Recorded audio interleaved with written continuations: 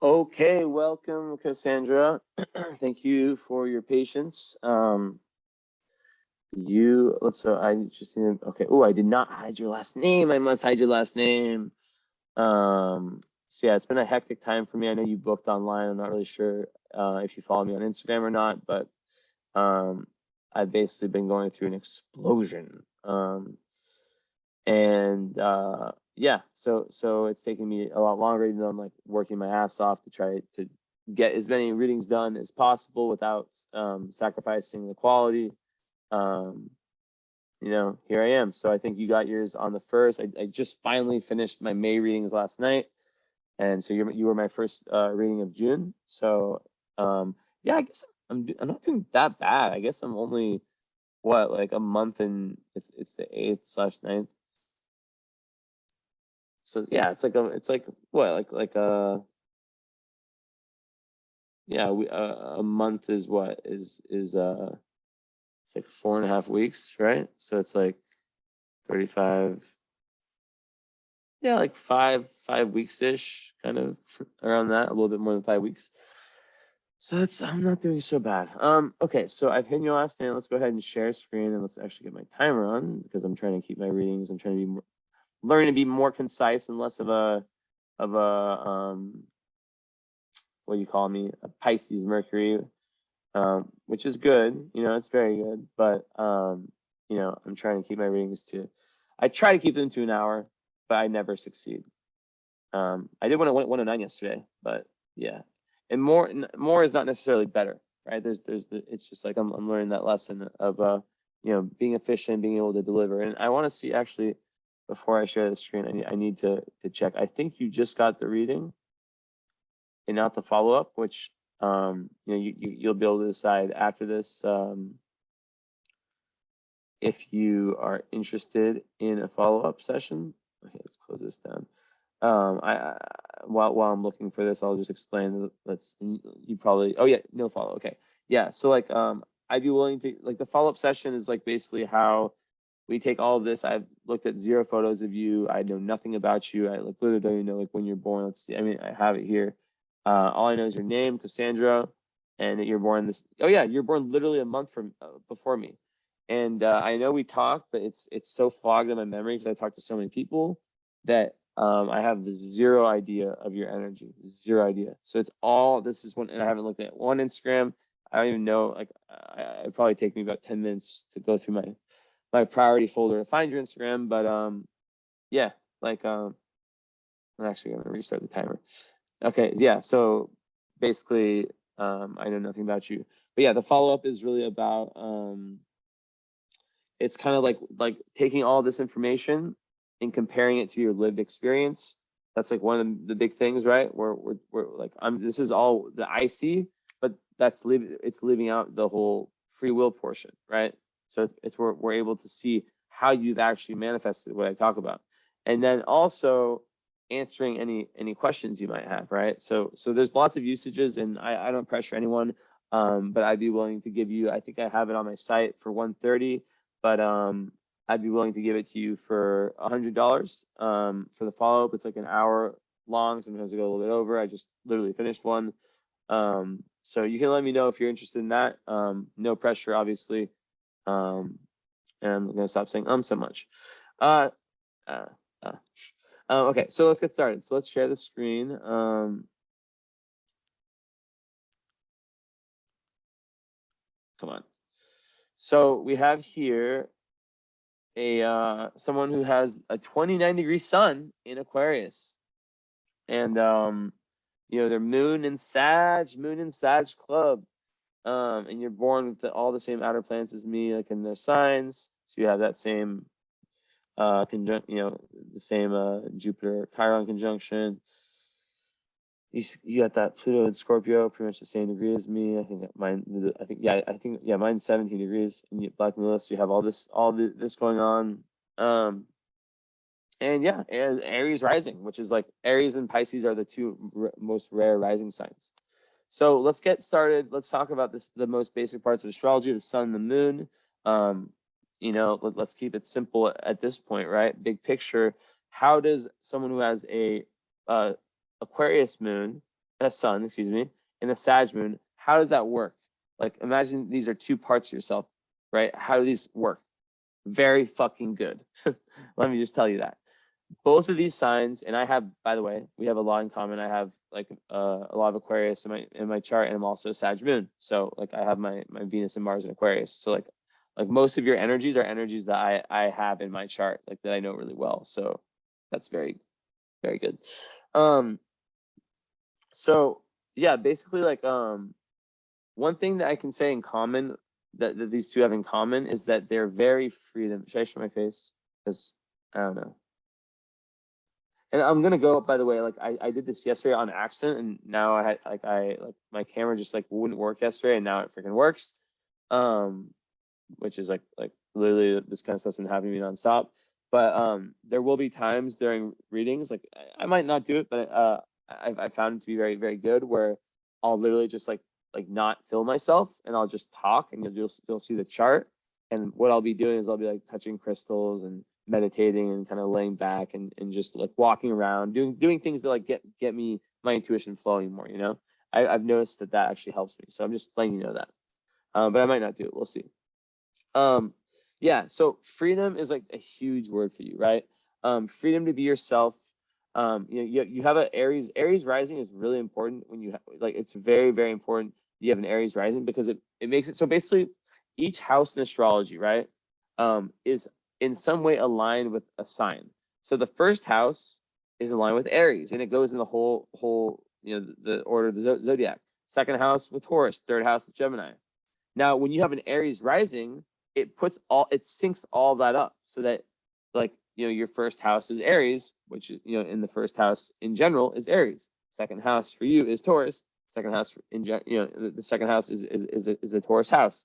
So it creates like a very, very direct kind of energy, where you really fully experience the energies in your chart.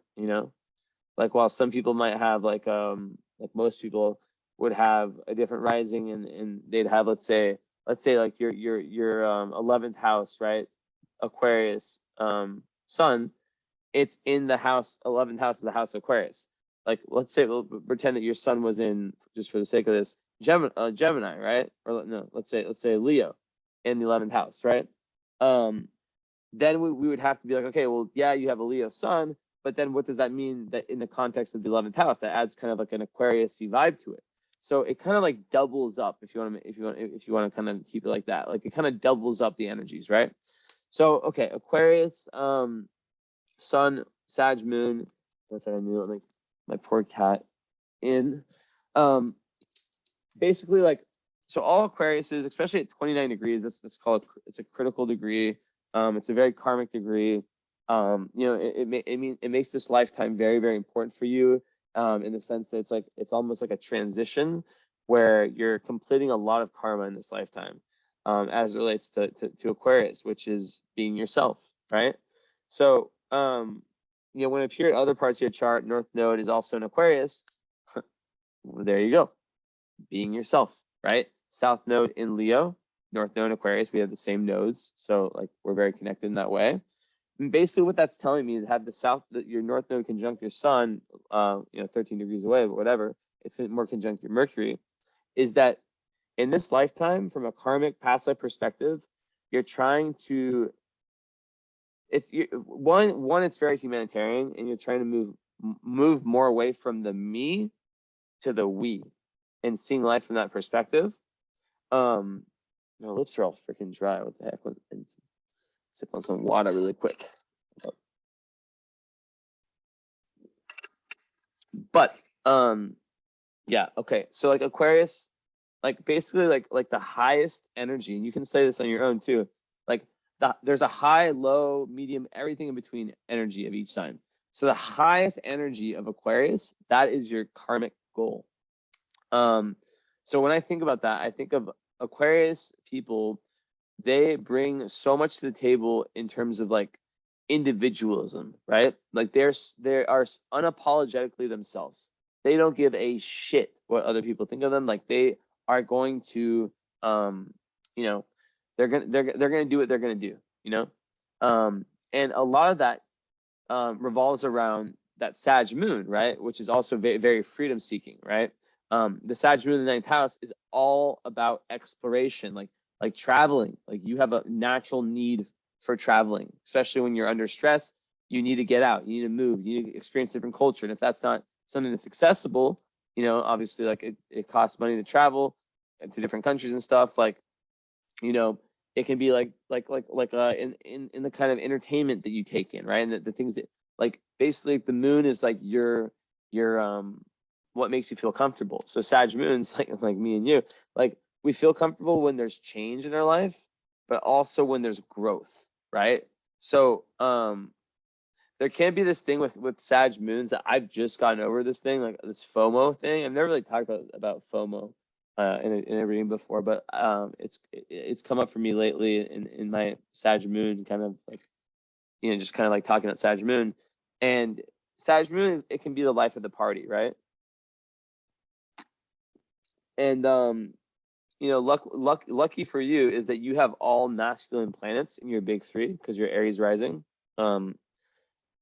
And you have you know, Aries rising and Sag moon and Aquarius is a fire and air. So it is kind of like, if you think of yourself as a ship, it's like a ship going one direction, right? Like if there's two captains, like they're both going the same way, as opposed to like some chart like mine where it's like one going this way, one going this way, right?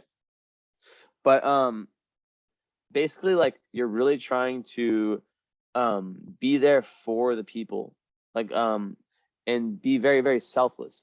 You know, it also has to do with friendships, right? Friendships, but also like groups that you like that you are a part of, right? And it's very, very important for you because with South Node Leo in the 5th house, to me, it's like there can be a tendency there of being very, very Leo in past lives. Which if you think of like, I don't think of the South Node as like, it's kind of like the been there, done that. And some people look at it like negatively, like they associate it with like the negative part of Leo. Let's just say that like maybe there's a little bit of past life selfishness in the sense that like, not necessarily like you're a narcissist, like you like a narcissistic person, but let's say like us South Node and Leos, like we like it's natural for us to shine. Like we feel that we're like super creative. You're someone who it comes naturally to you, right? Like taking center stage, unless I see some aspects that go against that. I don't think that there's much fear. And let me just take a look. Yeah, I don't see like anything like difficult. I wouldn't imagine there being much fear. Oh, you have what I have, damn. Much fear in terms of like taking the public spotlight, right? And that's a huge part of your chart with all this energy and this concentrated in this one area, right? In the 11th and 10th house, which are the two most public houses, right? So a huge part of your life destiny and purpose is in the domain of like public life, and finding your truth within that, and finding how you can be useful in your own authentic way. So let's talk about authenticity, right? So back to what I was saying, which by the way, I know you can follow me because your Mercury is conjunct my Venus and my Mars, and you'll just get me. But authenticity. So with the Leo South Node, there can sometimes be like, imagine like the painter or like the person, the super creative person who just like wants fame, or who just like wants differentiate themselves, but to the point to where they're alienating like what they could be doing for the good of others. So I'll give you a perfect example from my life. You know, I'm very talented musically, like naturally, like I just have like mad fucking like ability, like to rap, like freestyle rap, like whenever I do it, like when I'm like when I used to like drink a lot, like it would just like be like full songs. Not all the time, but like I just had this ability, right? And I still have it. But like, you know, that the idea, the way that I was portraying that was very egotistical. Like I wasn't like I mean, there's some deep stuff, but I was never taking it seriously to where like I would be like making music in a way that would be like helping the humanity, right? So that's why that didn't like that. Not that I really like was ever like invested. I made one song in my whole life, which was like a one take freestyle, like with zero mistakes. But still, the point is that like when you try to go and do things that are like more egotistical, more about you, you get universe pushback. But when you start to go towards like this like unifying, like doing things for the collective, but but also like you can't really know what that role is until you figure that out for yourself, right? Who am I, right? Who am I? What is universal truth? Like what do I want to like deem as being the truth that I then attach my whole career and my whole like dharma and purpose of living, and like what I'm able to do for other people in the world. Like that's super important, right? Because that's the Sag moon in the 9th house, is that you have an emotional need to seek that out, right? Like you have an emotional need to like that's why the traveling, like it could even be like I say, traveling physically or traveling metaphorically, right? Because the traveling physically, you get to see different worldviews. You have to be like, oh man, this person, like they grew up in this way, and they got to see life from this perspective, like, and it broadens your horizons. But also, that can be done by just like meeting people from different cultures. So different cultures will play a huge role. You'll probably love food from different cultures, and just be interested. You'll probably like to like watch documentaries that talk about different cultures, and different philosophies too. You're meant to spread your wings and to try on a lot of different philosophies, right? It's Sag moon stuff. Also, and I'll get into relationships after. I was going to say, I'll say one piece about Sag moons and relationships is that they definitely need freedom from their partner, and they definitely need to have a partner who is as like you can't be with someone who's not adventurous. Like it just won't work. I mean, of course, like the fact that you have, let's see if there's anything you're missing in your chart. I've just got air, and you've got earth, and you've got fire, and you have no water. Like in terms of like inner planets. Pluto in Scorpio doesn't count in this scenario.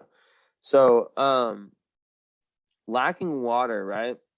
First of all, you could benefit a lot by like taking baths and being by the sea, being by the ocean, like literally drinking like a lot of water, like actually like charging your water in the full moon, that kind of stuff. But a great way to connect, like, and kind of taking a little side road, because Sag moons sometimes they can be very blunt, and they can like say things that like they regret later, and they can sometimes try to push their philosophies on other people. So there's like big lessons around like learning that like everyone kind of comes to their own conclusion at their own time, right?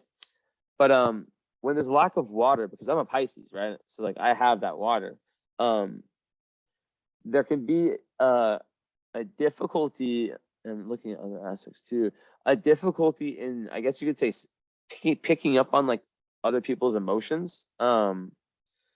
And your sun is like right on the cusp of Aquarius and Pisces. Like there will be that feeling of like, I'm kind of feel like a Aquarius, kind of like a Pisces, like, but overall, just not having water in your chart, like water is compassion, intuition, emotion, like just feeling like the undercurrent, and also, yeah, like intuition is not just water, but like it's a form of emotional intelligence also, right?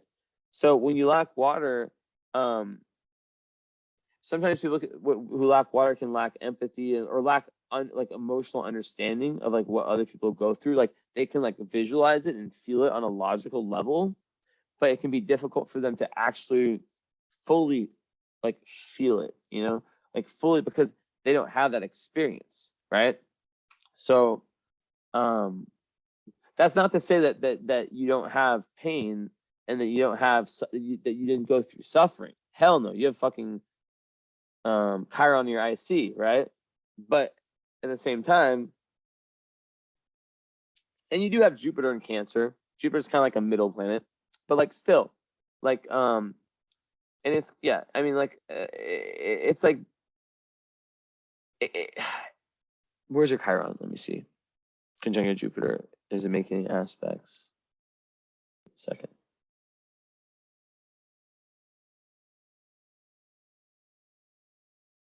Opposite Mars. Yeah, so I think that like there's definitely potential for you to be like if you are interested in like the healing arts, like there's definitely potential, because someone with placements like this, they can easily separate themselves and not get triggered. Like some people who are so overly empathetic, and watch, you're gonna like have like schedule a follow up if you want, if you do, and you're gonna be like, no, I'm super empathetic. Like it's always it's tough to tell, and we'll see what fixed stars are saying. There's all these potential differences, right?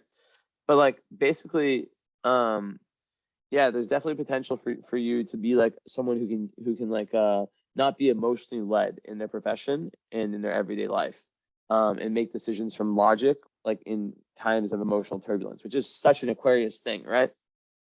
But overall, like back kind of to where I was before, the Leo South Node is like the been there, done that, is around kind of trying to be the star, being the star, but not really like, maybe not benefiting society enough, or the like, you know, like the people, right? Not really giving back enough. Sometimes I think that people that have Leo South nodes were such superstars in past lives, and obviously not all of them can be superstars, but they shine so bright, and they had such like a large role, like you know, that's such an important role, that in this life they're meant to, no matter how like talented they are, they're meant to kind of like for like in my example, like I can't do like succeed at anything really unless I have like the greater collective and humanitarian like vision for it, right? Like my astrology, my psychology, my teaching, like yeah, it earns me a living, but at the same time, I'm literally helping people like in deep ways, right? So that's kind of what I'm saying there. So yeah, like moving like towards Aquarius from Leo, that axis, right? It's the axis of individuality, right? It's the axis of like going so deep into yourself to where you are starting to be able to like break away from any conditioning. So when I say conditioning, I don't think that you're I don't know, like it's, you have some Capricorn energy, right? Which is literally conditioning, right? Or it's literally represents like this very like traditional energy. So it is kind of at odds with the rest of your chart. My lips so dry. I don't get it.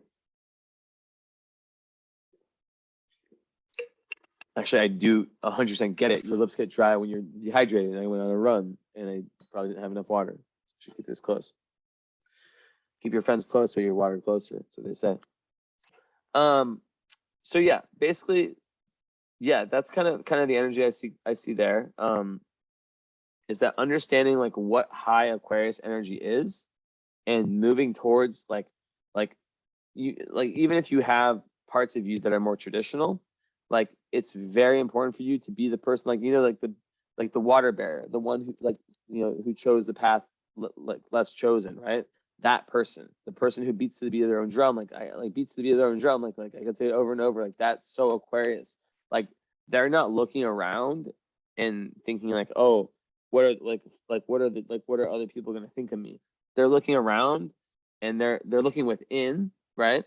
And it's a very creative placement too, right? It's very creative, but they have this real connection to themselves in the sense that they want to differentiate themselves, but also do that in a way that's helping other people, right? And it's helping the world in some way. And at 29 degrees, you're going to face a lot of karma in this life in different ways. And it kind of, you know, even though you're not a Pisces, having 29 degrees sun in any sign can make you feel kind of like a Pisces. So, yeah. I think, yeah, like one thing about Aquarius too is like they're very unconventional, unpredictable, but very innovative, right? So that word innovative and pioneer, these are two key words, right? Because Aries rising is the pioneer. It's the person who wants to do things their own way. They don't want to like just listen and just like, you know what I mean? They can be very headstrong and very great leaders. Like you have the chart of an amazing leader. Like I could see you being like extremely like wealthy, or like successful, wealthy, whatever you want to call it, right? Or like, I mean, they're different things, right? Success means something different to every individual. But like your chart like there's a lot of boss energy. And Aquarius, another thing about Aquarius sun and Sag moon is that they do not like to be told what to do. So like, and this is the kind of conflict I'm seeing, and I'll flash your chart back. Actually, I'll do that in a second. But basically, like, what I'm seeing is that you have your 10th house ruled by Capricorn, your midheaven in Capricorn, which is like kind of like your career, but also not just your career. It's like your outer, like big public life, kind of who you are, your dharma, right? It's in a very traditional sign of Capricorn, and it has Mars there, Venus, Saturn, right? Like a whole stellium with Neptune, Uranus, 5 planets in Capricorn with, with what I've already said, is creating what we call in psychology a split, right? And that's why I always say do the follow-up if you can afford it, and if it's something you want, because like that's like, this is the stuff that like only your free will, only I can know through your free will, right? I can lay down the cards. That's what I do. I explain to you the cards you were dealt, but and I'll keep doing that. But like your free will and your lived experience can really kind of like add to the whole process. So yeah, so we understand like this really freedom loving, this really like, unconventional, so, like this very like adventurous, independent, like the traveler. It's like the gypsy, like the Sag moon. There's this whole thing where it's like they start as the gypsy, right? They do tons of different experiences. They go all over. They travel here, travel there. They do this. They try this. They try that. They try this. They try that. Then they become the philosopher, the teacher, right? And then because they've gained so much wisdom that they, it's all about gaining wisdom. There's an emotional need for you to acquire universal truth. So the truth that you feel is the most like true, that you feel is the most pure, that is the most based on divine, like why we're here. The questions like where we came from, where we're going, why, like, why are we here? Like questions like that, like that's like you have an emotional need to answer those. So you're going to try on lots of different, philosophical backgrounds or worldviews and just test them out. And maybe astrology, who knows? Maybe like, you become someone who's an astrologer because like, these energies are very, very good for astrology, right? And yeah, very, very independent person, very adventurous, stuff like that. And then of course that is a very good combo with the Aquarius part of you, which is really, pushing you towards like, being that pure, like just like unrepressed, like where you're not repressing anything, right? Version of yourself. And also just like the service to humanity, right? And a lot of times with this, what I've experienced is that there's this struggle between like, I can speak personally and for other people that have this placement, South Node in Leo and North Node in Aquarius, between like this need, like my own personal creative needs, right? And also this like deep sense of dedication to others and to kind of like making the world a better place, really, really caring, right? So it's all about, and you may have like had like a very onerous, prestigious, it's brought you in this lifetime as this very ambitious person, right? You've had that kind of past life, tendency.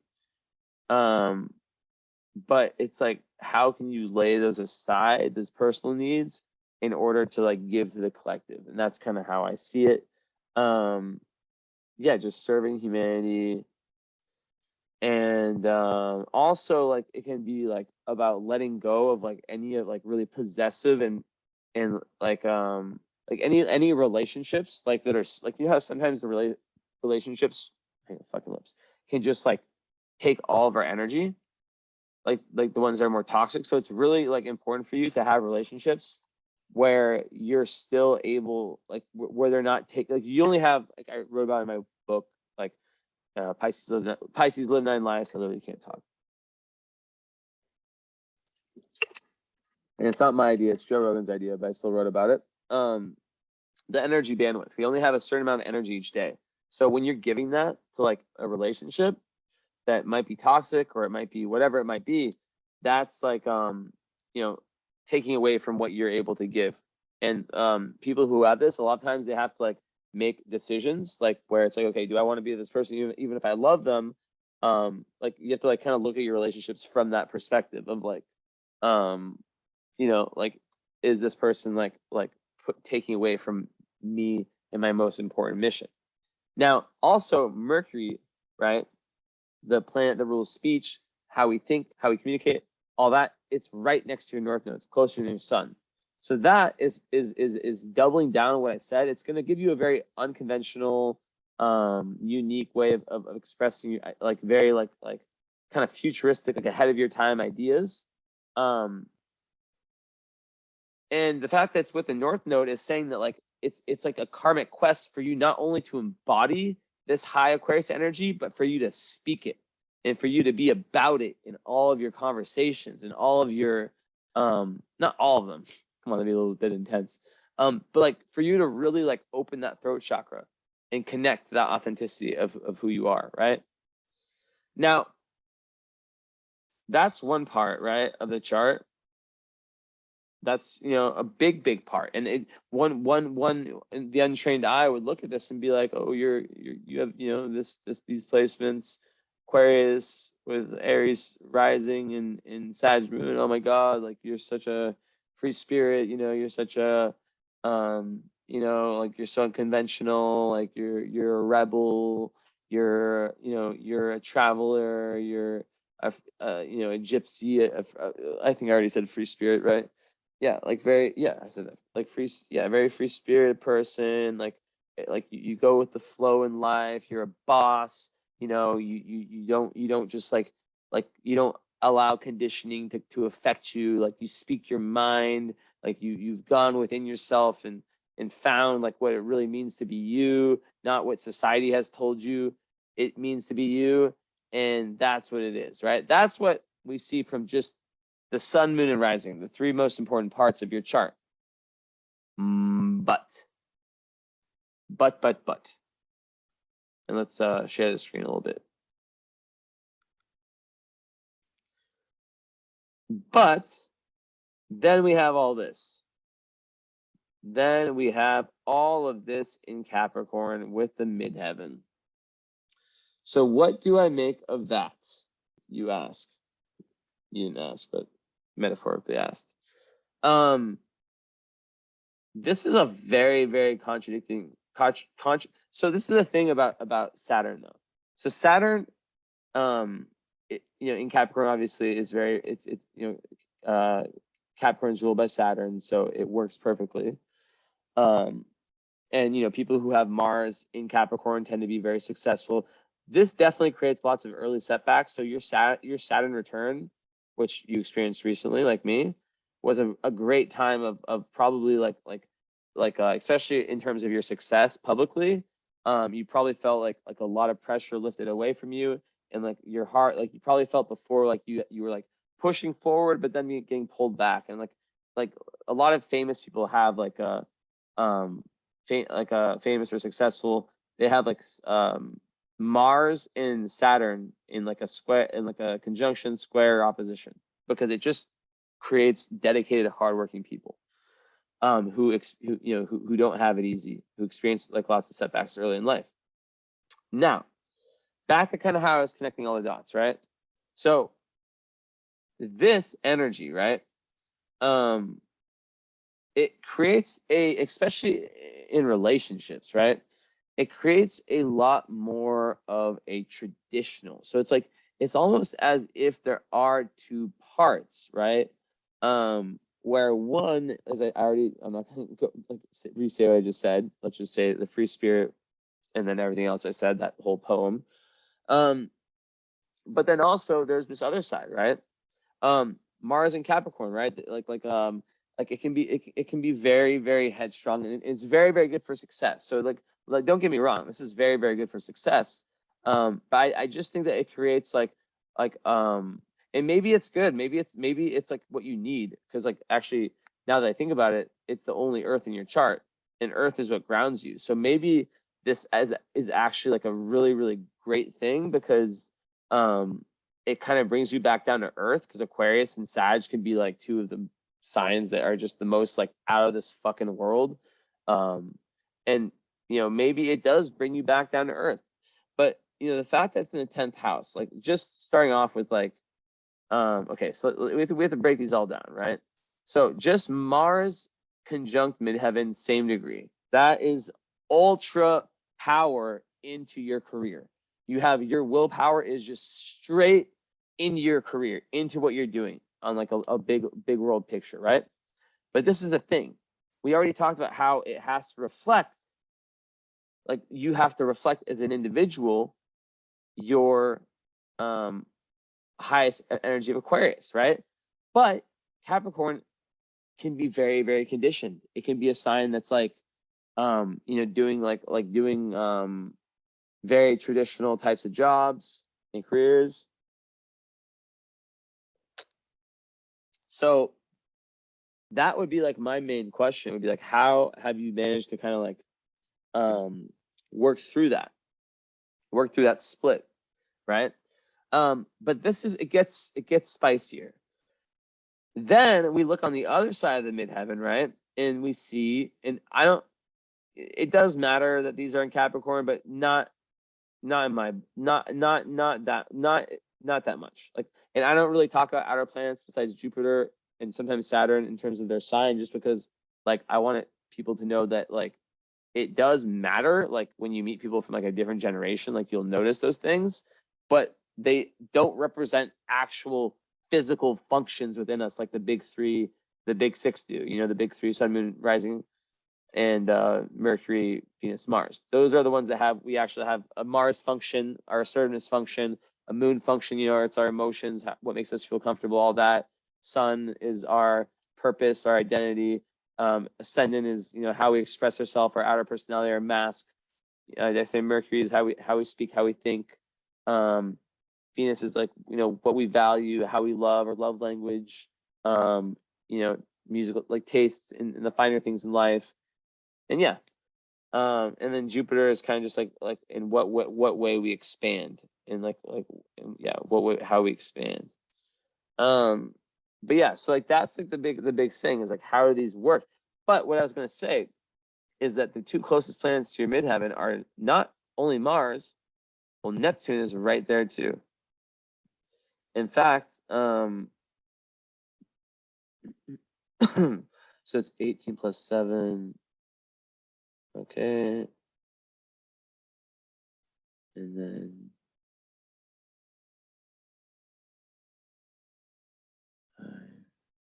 7. Wow. Wait, hold up. That can't be good. This can't be real.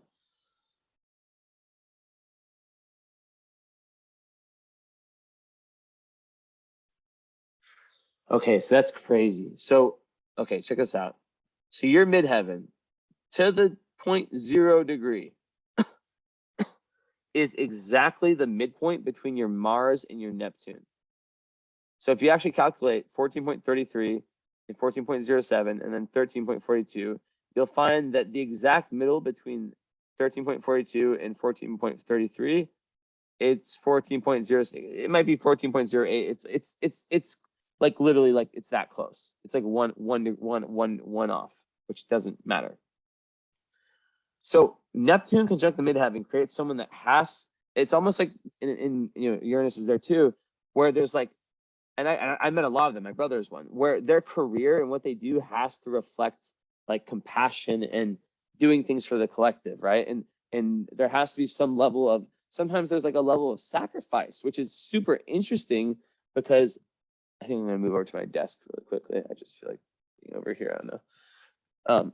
But yeah, so what this can do is it can create an energy, right? That is like where, the split, but like where, your career, there's a part of you that understands that like it has to be related to, giving back in some way, right?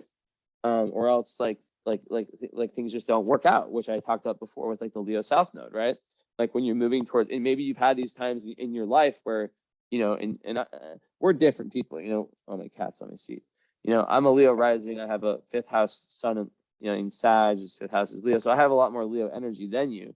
You don't have any. You just have Mika, you have to move, baby, or sit on my lap. So it is different, but at the same time, like, there definitely is past life memories of like kind of getting the royal treatment. So some people can enter that life with having this like what's the word? Like where you think you deserve things. I can't think of obvious words in English. Entitlement issues, right? There can be entitlement issues where you're like naturally think you deserve things, or the spotlight, something like that, right? So yeah, very, very important to kind of break through that, and to, it's like I'm just opening a kombucha. To break through that, and to kind of understand the split, right? Because they're like, and I'm going to talk about relationships next, like, but yeah, basically like the career, you're very driven in what you do. And I think that if you can take, like, Capricorn also, it wants to be of service, right?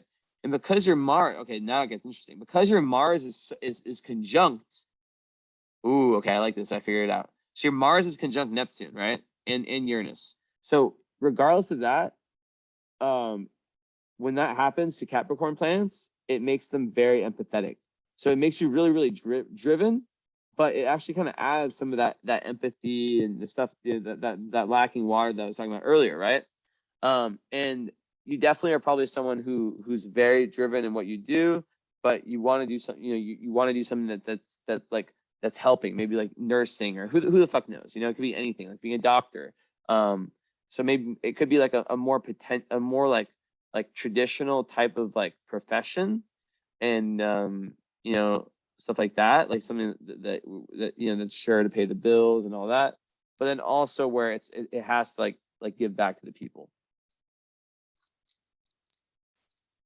And because Uranus is there also, there'll be a level of unconventionality, a level of, you know, my brother has this exact thing with these two on his midheaven. It's like a level of like of like not following what all the friends are doing, you know, like, oh, Jimmy or Johnny or whatever is a stockbroker in New York, like doing marketing, like your path will be different, you know, even though it might seem like it might not seem that way, you know, it will seem that way because of your all the other energies. But okay, so we're understanding that. Then you have the really, really strong Saturn conjunct Venus, though. So in the same 10th house. So Saturn is at its home in the 10th house. That is a beautiful energy. It will have made it kind of restrictive, but this whole Saturn return for you must have been like a life-changing process. It must have been unbelievable, right? Because like you have all these Capricorn planets, right? So when the Saturn return comes, it lessens the karmic burden that they have, and it's almost like Saturn's like this teacher that's like, all right, you pass your test after the Saturn return, and then it's like you keep all that determination, hard work ethic, but then you still have like this, I don't know, like you don't have, I mean, you don't have like these difficult things like they keep pushing you back. So I really want to get into love. Let's put me back on there. So I've moved to my desk. Mika, let's give it a little cam. Mika cam. You can't really see her. Mika. There's your little face. There's your little face. It's still her spot, but we're sharing it. My baby cat. God, I can't believe this camera just like started working. I probably need to get another backup camera just in case that happens. So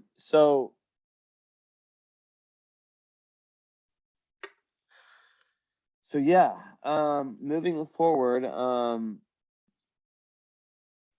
loaded 10th house, Saturn there, it gives someone the ability to like just be a boss in their career, like definitely early setbacks, early pushback, but once they get to that point, you know, once they get to that point of like of the Saturn return, like if you wherever you're like wherever you are, like in terms of your career, in terms of like your professional life, you can just expect it to just keep go like so many of the setbacks to just disappear, right? And you've probably already started to experience that.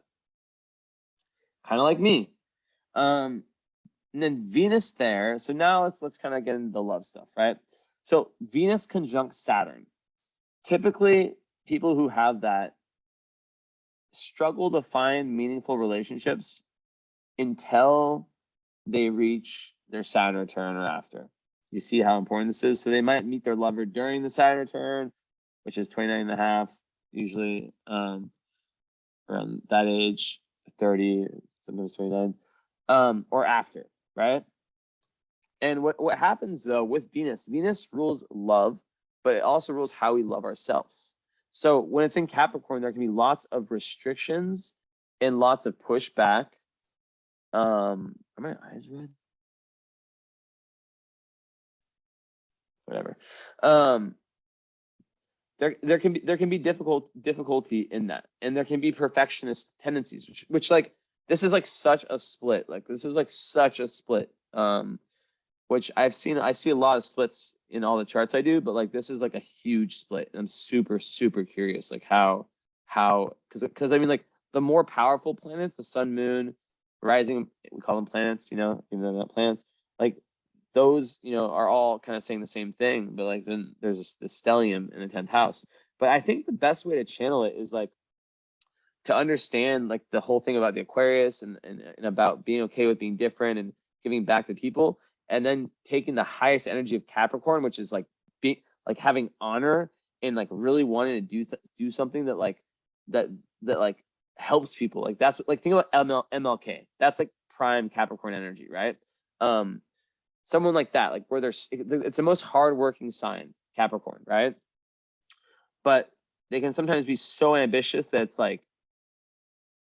it's like they'll be willing to step over anyone to get to where they want to get. I'm not saying that's you. I'm just saying that that's something that people with a lot of Capricorn can have. Realistically, you have 2 planets in Capricorn, 2 personal planets, and then 3 outer planets, right?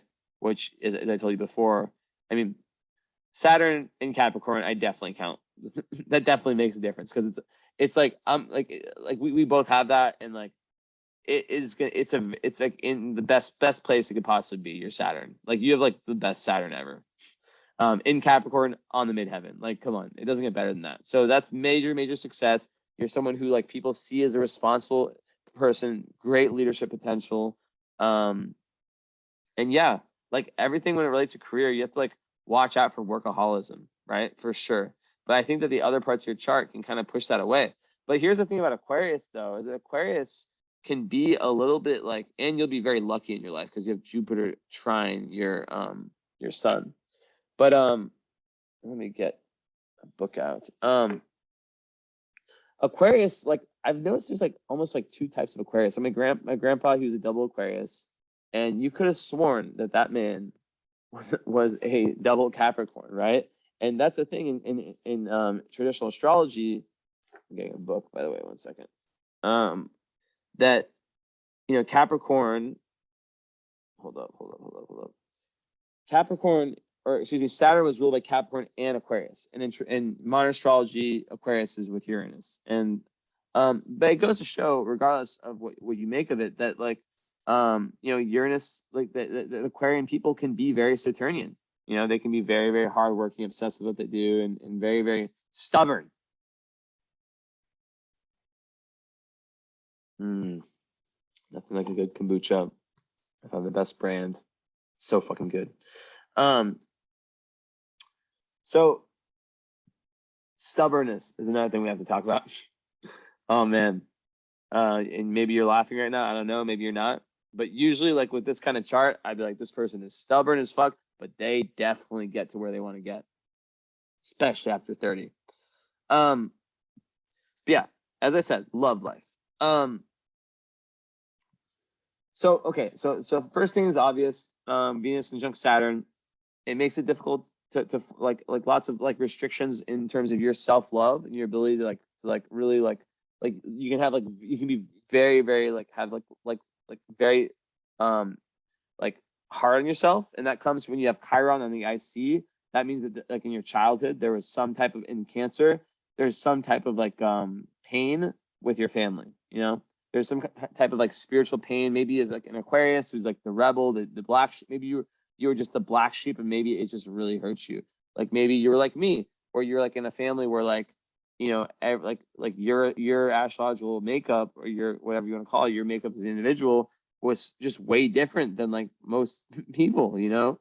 And yeah. And I wrote about that in the article that I released today, but then I deleted it because I was like, took me 2 hours, and like I know I'm like kind of shadow banned right now because I already released 2 posts today. But anyways, definitely some pain there. It's in Cancer, which relates to the family. Could relate to, you know, the mother, but like I don't know. I would just say family in general. I don't know if there's any Cancers in your family, but you know, Jupiter is also there in the 4th house. So that kind of like that kind of counterbalances that.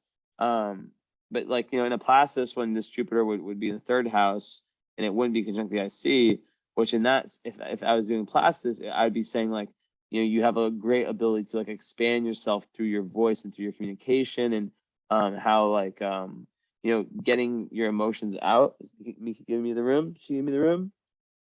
Yes, she did. Like, but by being able to like find mediums like through writing or speaking to get your emotions out can be really healthy. That's something I might say. In this case, it's in the 4th house, so I would just say that like, you know, there can be like expansion in your like your childhood could have had lots of pain, but there could have been also lots of like expansion and lots of luck. There can be like a negative and a positive at the same time, right? So that's kind of what that would indicate. But going back to what I was talking about before,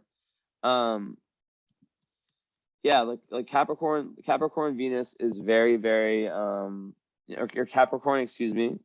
Yeah, Capricorn Venus conjunct Saturn. The best thing about it is that it is like glue. So I don't know if you're married or anything like that, but like when you get to a point where you're in like a like after your Saturn return, like Saturn, people with this placement you have are able to stay in they have very karmic relationships, by the way. Their relationships are super karmic, right? Super karmic. And they tend to have this like magical glue. The ones and that just keeps them together. Like you're like, even if you're about to break up and then boom, some like divine intervention happens and you somehow stay together, right? And then you know that that's God that wants you. And by the way, I do those kinds of readings too. I specialize in birth chart and but also in compatibility. I absolutely love it. It's a way longer reading, and I'd definitely be willing to give you a discount. I just need to say these things in my readings because like otherwise I don't really advertise like that much. Like this is what I do. I just kind of make free posts. So I need to like tell people because maybe, you know, you'll want to know about your relationship. It could be with anyone, not just romantic. It could be, you know, with friends, business partner. This kombucha, by the way, no alcohol. If I could drink alcohol and just make no face, that would be crazy. Just like, maybe I could actually. No, I probably couldn't. So yeah, that is like gives you the potential for like once you start to really value yourself and really like value your own individuality and not be so hard on yourself for being different, which is like what I'm sensing, because there's this big sweet spot and also a big part of it, which by the way, regardless of whether you get a follow-up or not, you should definitely message me and tell me, and just tell like just say that I told you about a group that I own, that I started. I don't own it. I guess I own it. I started a group and I'm very secret about it. So just that's the key word, group, and we can talk further.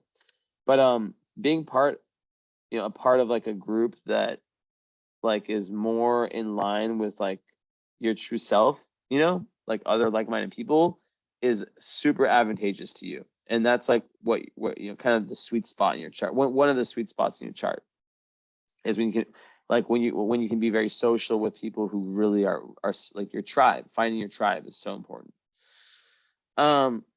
but yeah, back to what I was saying. So that's gonna create like in love, like this energy here. It's gonna create kind of like a. Am I still in share? No. Okay, I'll go back for a second.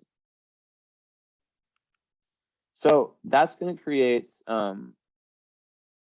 this Venus in it's 1 degree separated. This Venus in in Capricorn, a quite like serious approach to relationships. Like Venus and Capricorn people, like they don't muck around when it comes to love. Like they really want to build a super solid foundation. Also, like I just gotta tell you, like all that stuff in your chart is super good for money. It's super good for money and for success. Now, what happens sometimes is that it's a very specific type of partner, right? That's going to work with you, right? Because you have these two sides. You have this one side that's so, as I already described it, I'm just going to like do a keyword of like, what was I saying? Freedom loving, like free spirit, like pioneer, entrepreneur, whatever it is. But then like, well, maybe not entrepreneur. I'm kind of like, I don't know, because it's like midheaven is in Capricorn, which like could totally be the kind of person that works for a big company or does like a traditional job. In that area of life is more traditional. But anyways, yeah, so it's finding a way to link these two together, right? Which I think is like by having your work be really related to. And by the way, I would tell you, I do these charts the same way to like a 2-year-old as I do to an 8-year-old, as a 20. Actually, no, that's besides children's charts. Children's charts I do differently. I wrote a huge article about it today. Besides children's charts, I do readings like the exact same for any age, and my cat has just come. But yeah, like normally, what I would say is like, there's Mika. What are you doing? Okay, I have to use my cat. She's come. I'm gonna actually show you my cat. This is actually a special thing when Mika comes. It's like says something about you. Mika, say hi. My baby.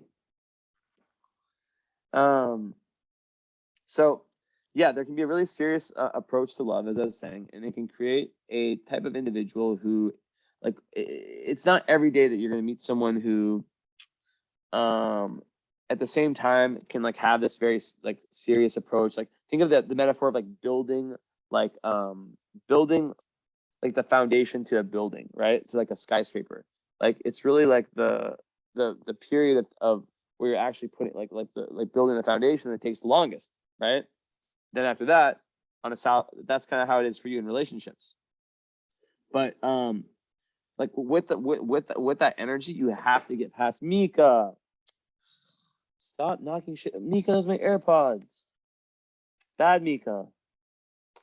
Yeah, you kind of just have to like once self-love arrives, which a lot of times it's after the Saturn return. Maybe before that it came, but like when you're not like being so perfectionist, so hard on yourself, that's when everything opens up in love. And yeah, there's mad staying power.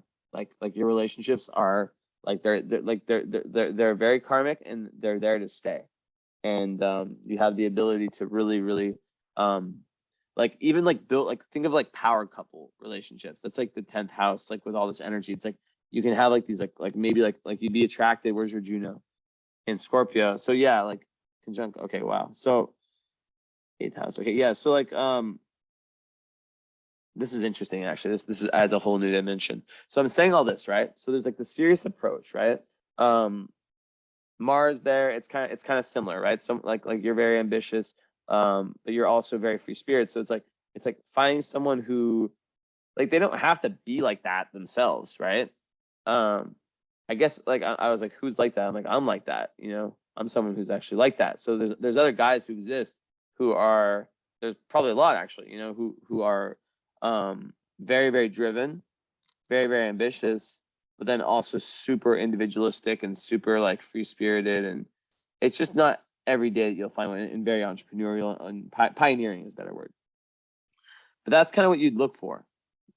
Now, with Juno represents kind of like what we look for in our ideal partner, and that is Scorpio conjunct Pluto. So this is very interesting because you don't have any water in your chart. It appears that Juno, yeah, it's like your ideal mate, like marriage level stuff, right? It appears that you might really like maybe the love of your life, or like who knows? Like I never give zodiac signs, but I just talk about like the energy, like, because I don't say like, oh, you're gonna marry a Scorpio. Like, no, it's not like that. It's like that energy of being able of having someone that has water in their chart. Water is Pisces, Cancer, Scorpio. If you didn't know, it might be very attractive to you, because a lot of times opposites attract, and we might, not all the time, but sometimes, like, we might look for if we don't have something in our chart. But then it gets more complicated, and the reason for that is that in relationship astrology, you create what's called a composite chart, which is basically like putting two charts together, and a third is born through the midpoints of every single planet. And like I gave this example earlier of me and my girlfriend. Like, we have no Earth in any of our charts, right? Like, her chart or my chart, 0 Earth. But when we put our charts together and create a composite chart, we have tons of Capricorn, and it shows in our relationship. Like, we're both way more responsible, way more grounded than we were before. We were both not Rex, but just wild card. Especially, I don't know who takes it. We're both. I'm not gonna say she was more than me. Maybe I was more than her. And she had an excuse. She was young. She's 10 years younger than me, so it's like I had no excuse. Yeah.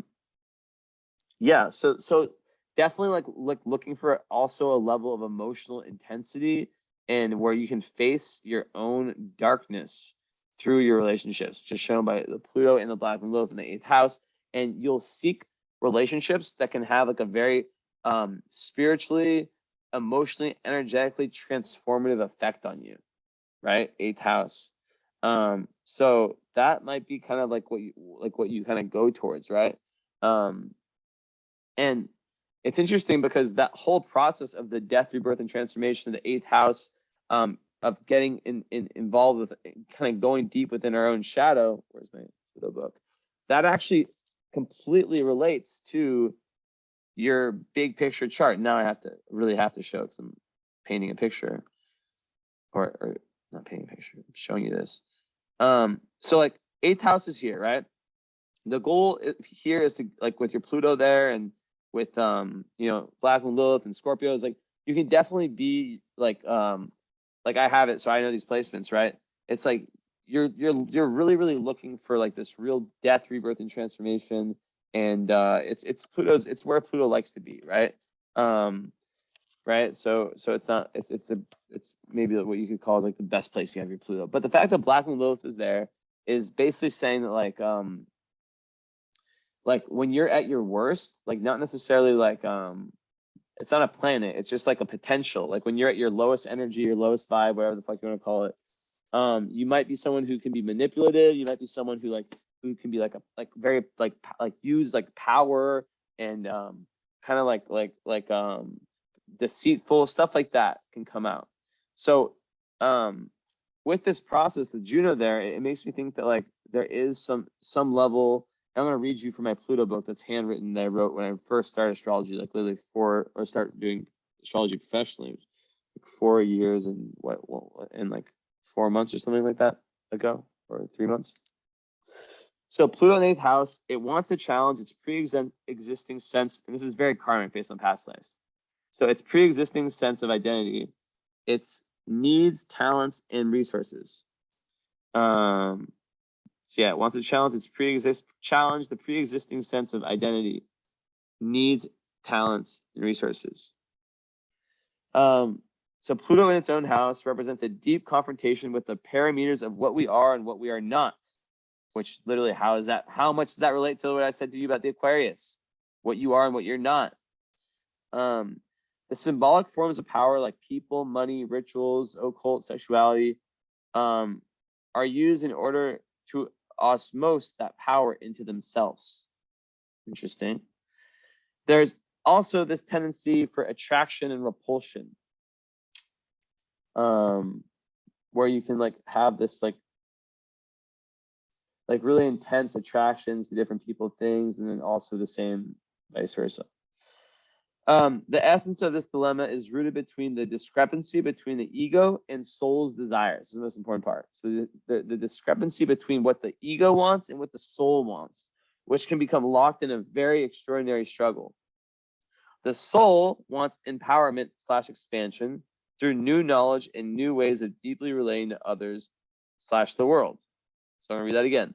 The soul wants empowerment / expansion through new knowledge, right, which is linked to your Sag moon, new knowledge and wisdom, and new ways of deeply relating to others / the world. The ego requires security through familiarity, seeking to defend its own comfort zone from the powers to transform. Past life themes of power and powerlessness. And then also intimacy can become an obsession, and it can create really intense, perhaps even vengeful relationships. So, yeah. So we see how that process, you know, fuck. Oh God. Or whatever. I just ripped a page, whatever. How that process can really play out in your life and really relate to like everything. So that's the 8th house, right? So we've done that. Then there's the 9th house, which is your moon, which is like about like, okay, you've taken all this information of like that you probably gained through relationships, right? Because 8th house is very sexual, it's very relationship oriented. It's also the occult, the esoteric. And then in the 9th house, it's all about you traveling. It's I already explained it. You know, it's like it's your moon in Sag, 9th house, right? Like that higher wisdom, trying to find that higher truth, which is more external. 8th house is more internal. Then you've taken everything, combining these 2 houses, right? And you know, everything that you've learned into the 10th house, which is your dharma, your career, you know, which you know, with all these planets here, right? In Capricorn, it's like trying to make something solid out of, you know, what in the, you know, like trying to make something solid that can really be you know, an amazing contribution to humanity, right? And then it's the 11th house, which is like, how can you combine with other people, groups, associations, but also it's very like ambitious. It's about like huge like goals, like humanitarian, or just like just like goals that take a lifetime to achieve, right? Like bigger than bigger than goals. It's about those. And then the 12th house, you don't have anything there. That's, you know, more about like the dissolving of the ego and yeah. So we see how these are emphasized. So your career and what you're doing publicly is really linked in, you know, these 3 houses, even these 4, like nearly everything's there. The only thing that's not there that I count, you know, don't worry, like obviously is, you know, Jupiter and Chiron. Of course, you know, I haven't really said much about Aries rising. Aries rising, it makes you very bold, very assertive, very pioneering, very like a leader, someone who's a super assertive, who just doesn't like they can even be a bully at the lowest, you know. I'll put my face back on. Like they're not shy. They're not shy, which I think is a very big advantage with you in your chart, because like your chart is really asking you to be your own person, not be like a fucking copy of someone else. Now, a few other things we have to talk about. How I talked about, you know, there can be some issues with self-expression, right? That can, especially when it comes to emotions. So that's a lot of work that has to be done around that, especially since Aquarius can be so cool, and Sag moon. Also, one thing about Sag moon I have to mention to you is that traumas can have, Sag moon are the people who are the most positive. I fucking love them. I have so many friends that are Sag moon. I'm a Sag moon myself, compared to like, I don't have like that many friends that are Pisces, you know, like, but I have so many Sag moon friends. And it's because they're so resilient. Like you could have like a terrible trauma happen, like a really bad day, a really bad event, and still keep this, there's like the inner well of optimism, right? And it's very good because like something bad happens and a Sag moon person says, okay, but how, like, what can I learn from this? You know, how can I, it's very philosophical. So it's like, how can I turn this into a learning lesson? Like, how does this relate to like my journey through life. You're able to see the big picture, which is amazing. Where it can be problematic is when really bad shit actually happens to you and use that same attitude and you don't actually process like the pain and shame or whatever, like difficult emotions linked, right? Like if you had like a childhood trauma, like, yeah, there is still a need to go through, like, it's energy, it's held in the body. So that's that. I want to add that in there. But yeah, overall, like, definitely could have some issues that with self-expression that, maybe you met a karmic mate lately, maybe not, who knows, but that, will help you through these a lot. And especially the Saturn turn, things open up and it goes from being a weakness or a difficulty to being a strength, where you can now have like very long lasting relationships that are very, very close and built on super, super solid foundations. Then I need to talk about Mars conjunct Neptune, because that's really, really important. So you got to watch out for first of all, for like substances, right?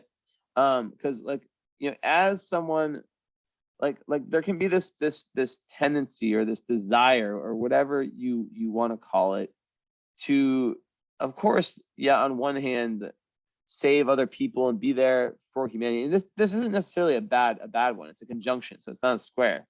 But you have to watch out for like self-sabotaging behavior, like where you do things where you're just like, fuck, like why did I do them, right? But like I like this conjunction in your chart because I think it makes you like very like very passionate and strong-willed, and I think it makes it so your life force, which is your Mars, your where your power, your assertiveness goes, it goes towards that place of compassion, which makes it more likely that you're going towards a life purpose that's linked to your greatest individuality and greatest like moral and idealistic path, right? About helping other people in some way. It also creates like a visionary, so it's a very, very good for art, right?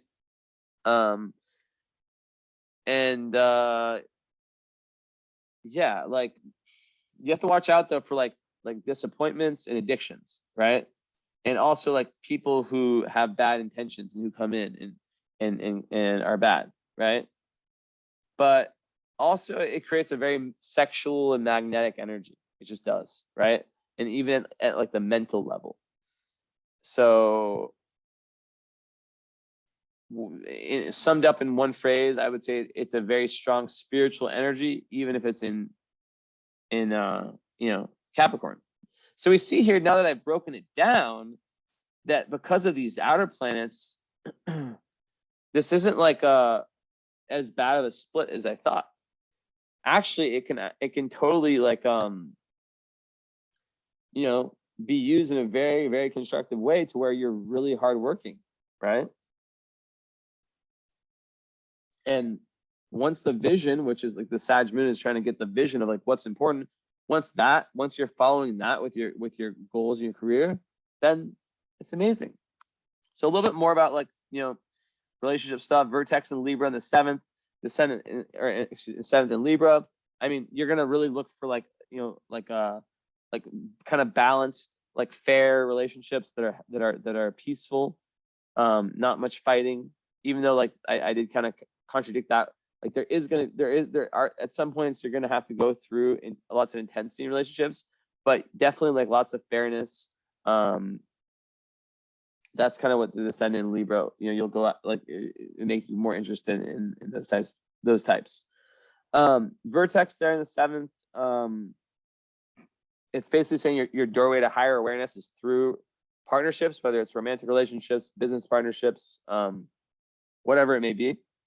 Even like if you were like doing something like I do, like a client, like whatever, like a client, professional, like psychologist or astrologer or whatever, those types of relationships, right?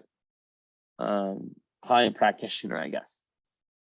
So yeah, your chart's ruled by Mars also, I forgot to mention, so that makes your Mars on your midheaven even stronger. So you're going to be like a amazing willpower person. And I just can't even imagine like I can see you just like being so like just like such a battler, such a go-getter, and then just like being pulled back by circumstances. Maybe it has to do with your own family, who the hell knows. But then self-sabotaging could also be something that happens. But then, you know, Mars also conjuncts Uranus, so that's like some genius energy, and it conjuncts Saturn. So there's just this infinite ability to just continue. And I just couldn't imagine you not being a successful, like a highly successful person. I just couldn't imagine it. Of course, like I said before, success has many definitions, right? But you know what I mean. So let me see what's going on over here.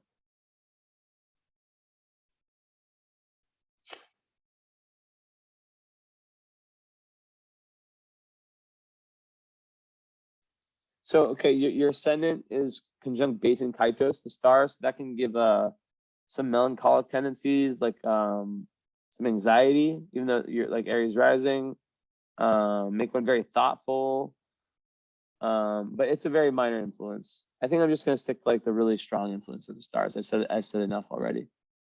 And also, yeah, I didn't say, like, you know, Jupiter. I know I did say Jupiter in the 4th house, like in Chiron in the 4th house. Yeah, I talked about that. Mhm.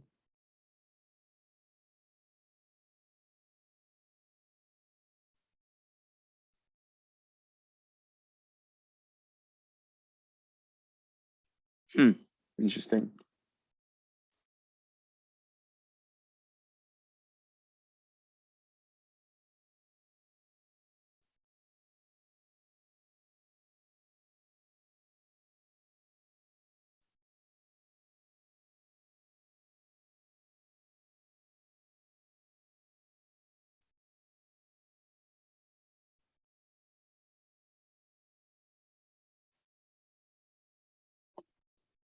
Mhm.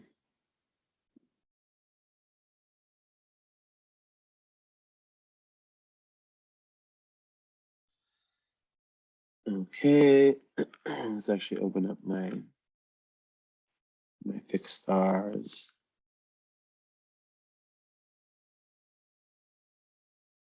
Okay, let's see if we see any conjunctions. Ooh, Zubin al-Shalami.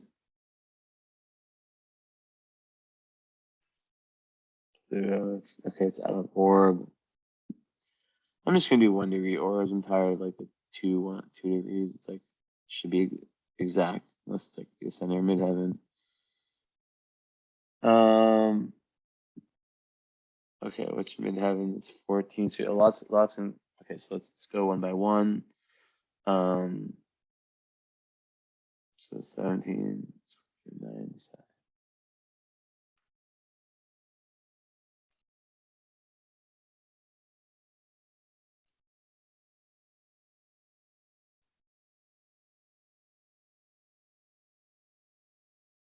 Oh shit. Oh shit. Ooh. How am I blind? I need a. If I was a masochist, I would have like a dominatrix whip me right now. Okay, that was very weird. But seriously, how the fuck did I miss out on this? How did I not see this? Like, I would have, like, I just have to say, wow. You have Antares conjunct your moon. Antares is one of the 4 most important stars in the sky. It's one of the 4 royal stars of Persia. So when you have it conjunct, like, and it's very close, it's within point 23 of your moon. So this is what, like, one of the most important. It's a very, like, so it's difficult to really find the definitions. But like, I'm gonna just read you. So this is like a super amazing placement, right? And it gives star quality. So let me just read you what it says, Moon conjunct Antares. And basically a little bit about Antares, and I've had to learn this in my own way because there's not much information around. It's kind of like I'm Regulus, by the way. I have a tattoo. My ascendant is Regulus. It's like this. It's like the star, like the prince. You know, like it's that kind of energy. It's like a lot of U.S. presidents, Drake. If I gave you the list of celebrities, Trump, like George Bush, like not that those, just it puts people in positions of power, right? So it's like and tons of kings from like back in the day, right? That's what Regulus is. It's the king that everyone knows is the king. Antares is more of the hidden king, right? Of the underworld. But it's very okay, let me read you what it says. Moon conjunct Antares, and this is super important. I probably should actually find you on IG before I read this and tell you that definitely I found something really important at the end. But hopefully I can find you. No, you didn't. No, you didn't add me on IG, or you bought this through my website. But you must be on here. Okay, I'm searching Kassandra. And I don't have your last name. Hold up.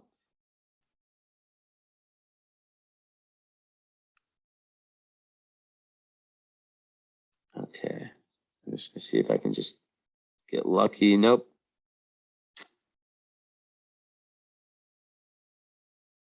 Nope. Maybe you don't follow me. Maybe you don't follow me. Whatever. You're gonna watch this anyways, and I'm gonna tell you in the email, I guess. But yeah, there you go. Perfect. So okay, Moon conjunct Antares. And this is very, very close. So this really works. I'll give you like Picasso had this, Michael Jordan, Alice Cooper, Friedrich Nietzsche, right? So it's like Yoko Ono, this is a big deal. Big deal. So popular, broad-minded, interested in philosophy, science and metaphysics, liable to change in religious opinions, influential friends, favorable for business and domestic affairs, active in local affairs, great power, honor and wealth, but the benefits may not prove lasting. You have to watch out for the danger of violence. And then it says if it's in the 1st or the 10th house, it's in the 9th house. And then okay, that's it. Yeah, you don't have that. And then it says unfortunate for the eyes. So there could be it could be bad for the eyes. So you see that's an amazing one. That's such a good one to have. That's some beautiful just the emotional nature, your ability to see philosophy. It's amazing. Now I'm interested. Okay, so this is what I thought. Vega conjunct Mars. Ooh, that doesn't sound good.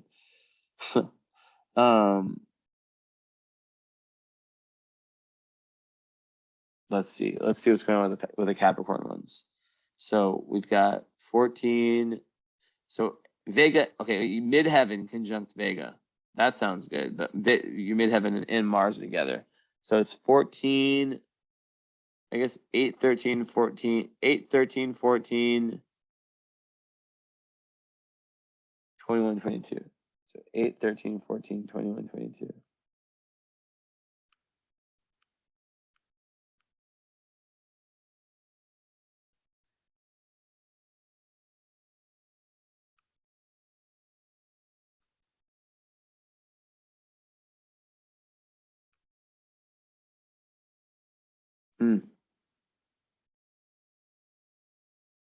So I don't see anything. Let me search something.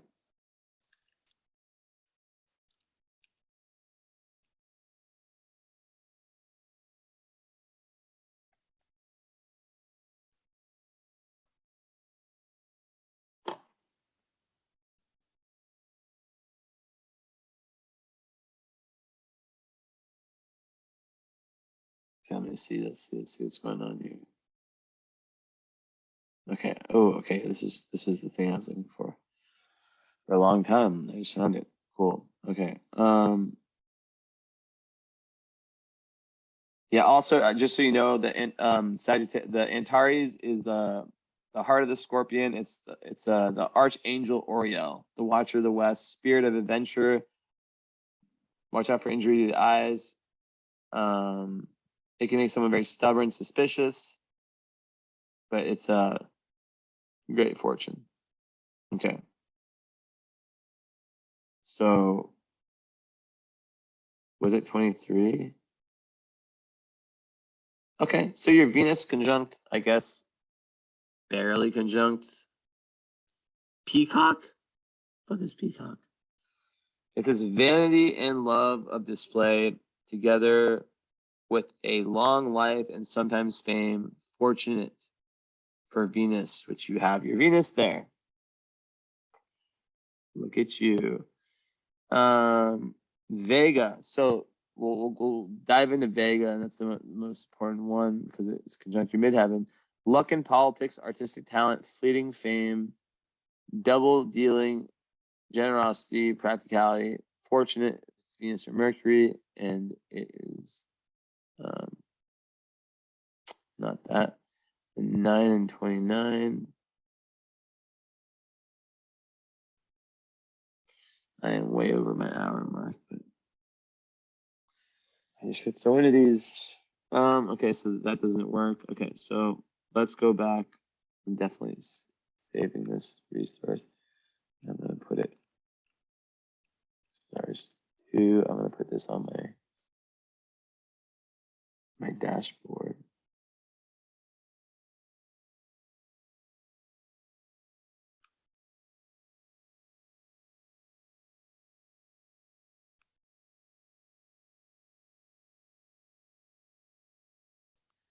So yeah, basically Vega, you know, is beneficial in many ways.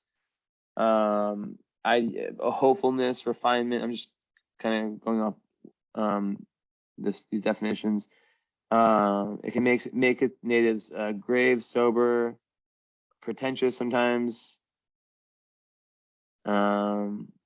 It says the nature of Venus and Mercury: idealistic, psychic, handsome, neat, lovable, refined, gentle, intelligent. So it's one of the 15 Bohemian's fixed stars. Its image is a vulture, hen, or traveler. It makes the wearer magnanimous and proud and gives power over beasts and devils. It's one of the brightest stars in the heavens. It's definitely of the nature of Venus.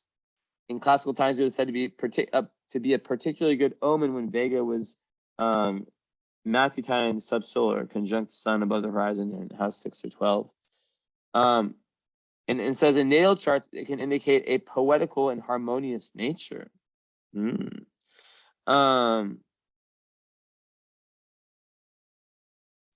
Babylonians called Vega the star of the queen of life. In a good cosmic configuration, Vega is supposed to give artistic talents, especially for music and acting, but also a liking for good living. With eccentric artists, this may lead to a debauched life. Okay, so, all right, midheaven conjunct Vega, exact degree, right? High success is promised. And this is a really, really good star. And trust me, if you follow me on Instagram, you've seen my post from a few days ago on my story where I like showed like a copy and paste of like one of the stars that was showing up. It was horrible. It was like about like razors and shit. But it turns out she's like studying to be like a surgeon, so it made sense. High success is promised. One can find Vega in corresponding aspects in birth charts of statesmen, politicians, persons of importance, and influential persons. Okay. Now, this is the one I was afraid of, but it's not that bad. In 1 second.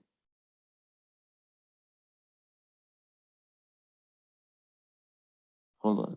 Mars conjunct Vega, scientific interests, unpopular opinions, moral courage, favorable for gain. So even the Mars conjunct Vega is good.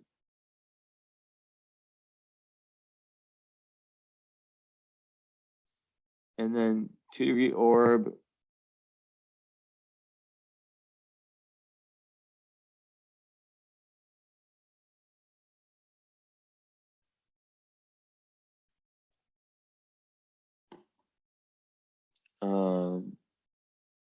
So it's saying like that it gives you like these people can function with this point in a dual manner. This is somewhat difficult to grasp. From the positive standpoint, these individuals are given an extra strength to perform tasks that require strength and physical agility. They test their physical endurance in the mountains by running up and down mountain sides and over rocks and crevices. They are the mountain and tree climbers and persons who enjoy swimming marathons. They generally have several endurance objectives as a challenge to their physical stamina, but more often than not, they are found in the mountainous areas, climbing rocks and boulders to get from one point to the other, which makes sense with Capricorn because, yeah, Capricorn is rock.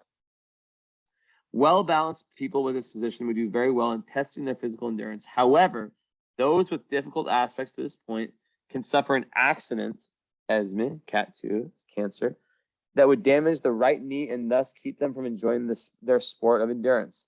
This, therefore, does take some of the egotism out of the individual.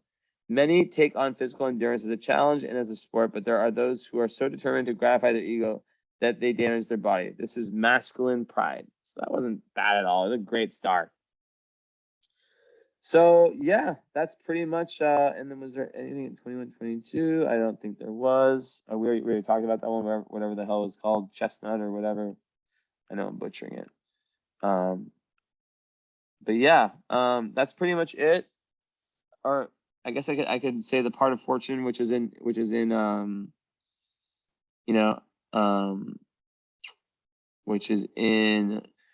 Aquarius in 11th house, and it just kind of just goes along with, actually I need to look and see.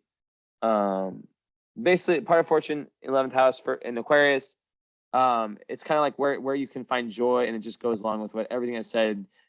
Joy, freedom equals joy,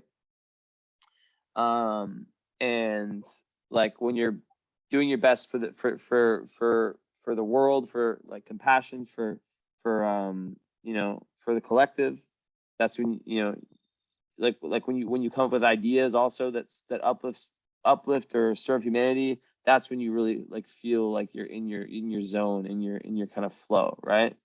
And yeah, basically like using your personal like will and all of these like skills and create whatever you've accumulated over past lives for the common goal. So it's a very, very like collective chart where you're really meant to make a difference. So this was a really, really amazing reading. Like, I mean, like I feel like I always feel like this sensation when like I feel like I completely solved. So even though I went 30 minutes over what I wanted to go, fuck it, like it's worth it to me.